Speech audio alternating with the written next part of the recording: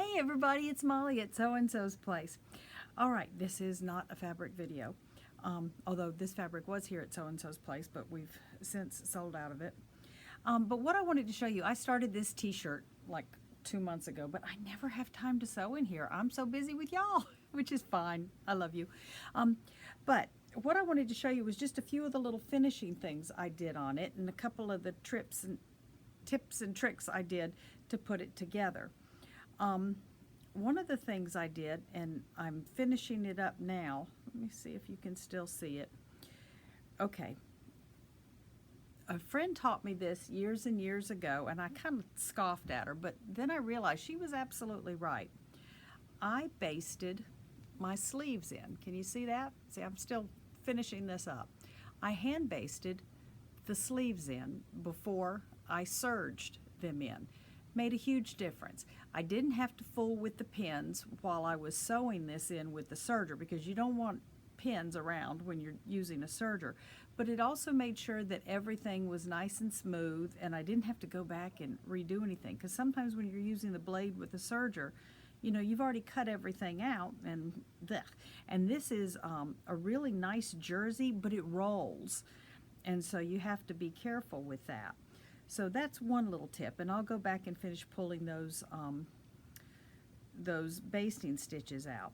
Okay, another thing is I finished my neckline now, and so you know you have those tails when you serge, and sometimes I'll spin it around and just do a little bit of a back stitch.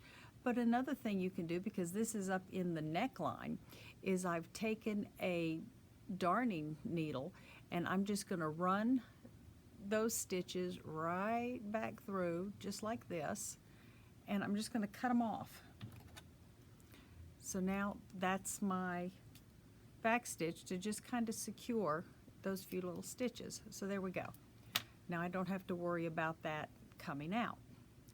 All right, so there's my neckline. It's all nice and flat. I pressed everything good and flat. And I'll tell you, a good online tutorial for doing necklines on knits is Sarah Veblen, V-E-B-L-E-N. She has a really good little tutorial for how to measure and stretch those out, pin it and everything. So I always give myself a little refresher, because knits aren't something that I do every day.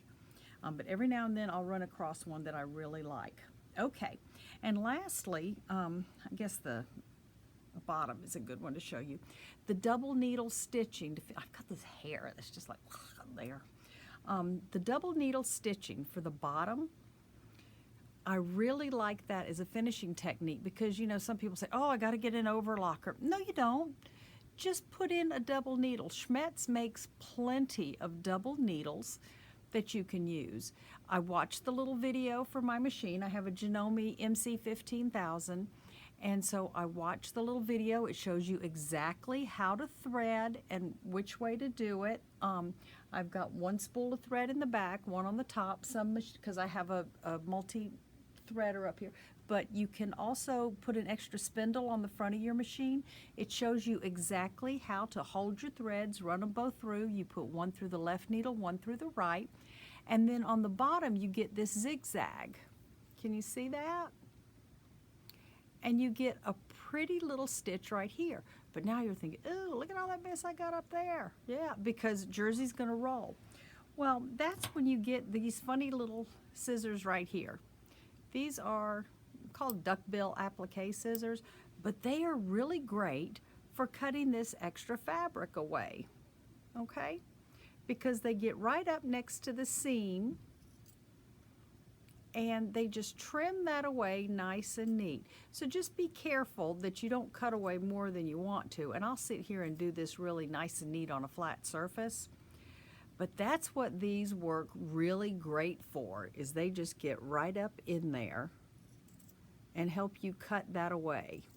And these, oh boy, I'm just having a good time trying to find my camera angle, aren't I? Okay. Yep, yep, yep, yep, yep, yep, yep, yep. Boy, I know y'all are having a good laugh at this, aren't you? Okay, but you get the idea. You cut this off, and then when you're done, you end up at something that looks a little bit better like that. Okay, and I'll do that on my sleeves and on my hem all the way around, and I'm going to have a cute little shirt to wear. Of course, we're getting to warm weather now, but hey, next season, it'll be fine.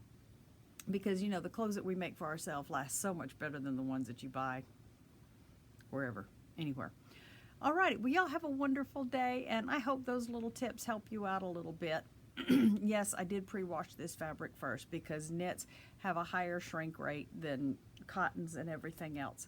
Y'all have a wonderful, wonderful weekend. It's Easter right now while I'm filming this, so whenever you watch it, enjoy your chocolate. Bye-bye, y'all.